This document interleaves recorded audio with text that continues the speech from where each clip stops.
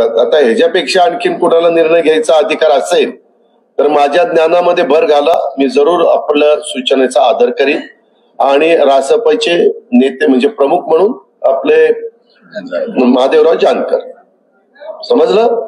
शिरूरचा उमेदवार निवडायला उशीर लागला का? नाही लागला. 3 महिन्यापूर्वी तुम्ही चॅलेंज दिलं अमोल कोल्हेला आणि 3 महिन्यानंतर तुम्हाला उमेदवार बसता काही म्हणाल. असं नाही रे बाबा. त्यामध्ये मी जसं मागच्या वेळेस 5 वर्षापूर्वी फार विचार करून तिथं उमेदवार शोधून काढला होता ना, नव्हता काढला.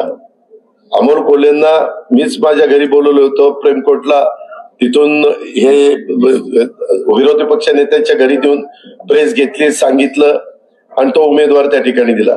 त्यावेळेस तर आमच्याकडे इतर वेगवेगळ्या मान्यवरांनी मागणी केलेली होती, हे आपल्याला ज्ञात असेल.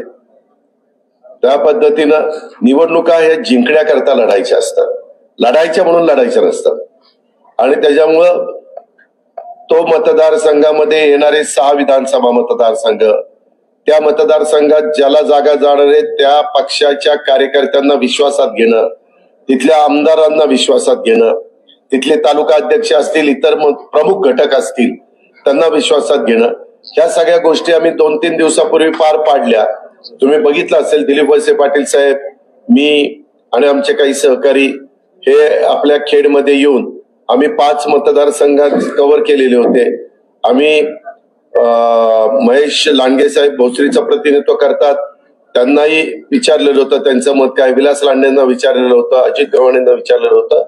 लोकशाहीमध्ये साधारण आपण ज्यावेळेस भूमिका घेतो त्यावेळेस जास्तीत जास्त लोकांना विश्वासात घेऊन पुढे जाण्याचा प्रयत्न करतो आणि त्या पद्धतीनं मी आणि माझ्या सगळ्या सहकाऱ्यांनी तसा प्रयत्न केला आणि तशा प्रकारे आता आम्ही पुढे चाललेलो आहे.